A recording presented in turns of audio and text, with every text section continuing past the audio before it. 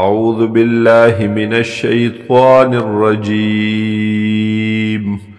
بسم الله الرحمن الرحيم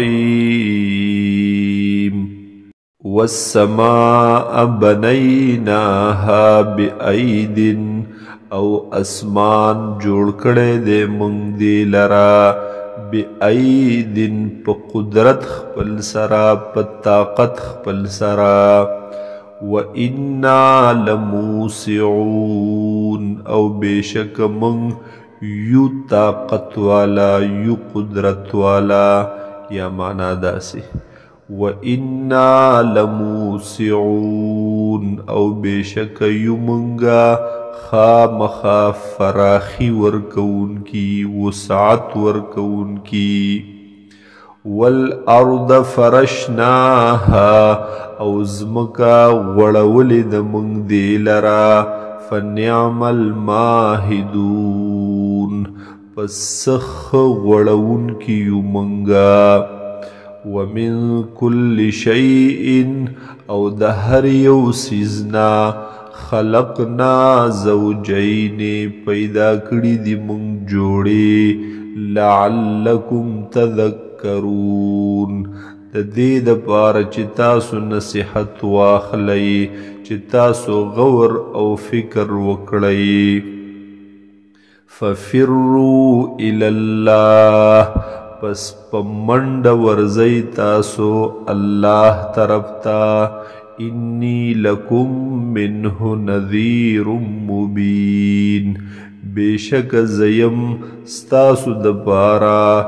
منه د جانب د دغی الله نا نذیر مبین یرون کے اخکارا ولا تجعلوا مع الله الها آخر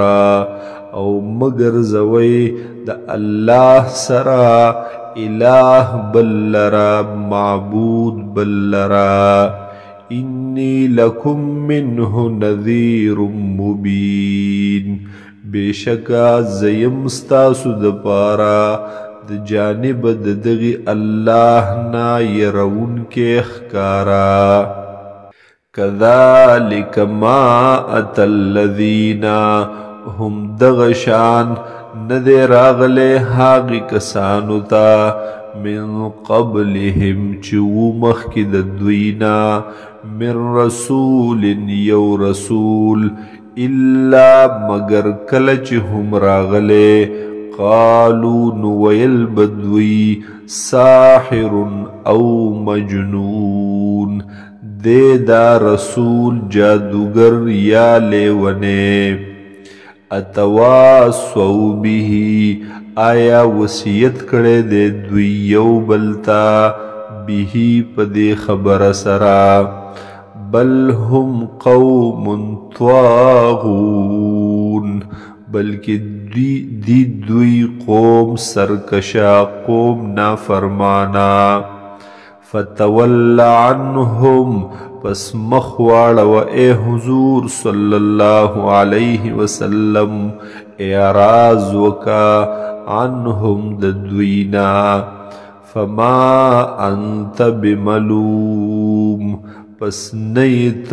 ملامت کړلې شوی وذکر او نصیحت کوت فإن الذکرى پس بیشک نصیحت تنفع المؤمنین نفع ورکی مومنانو تا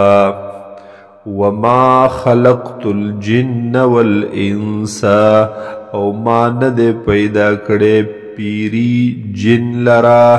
والانس او انسان لرا الا لیعبدون مگر د دې دپاره چې دوی عبادت وکي زما ما اريد منهم من رزق زن غواړم د دوی ناس رزق وما اريد ان يطعمون او زن غواړم د دوی نا چې دوی طعام راکړي ماتا خوراک راکړي ماتا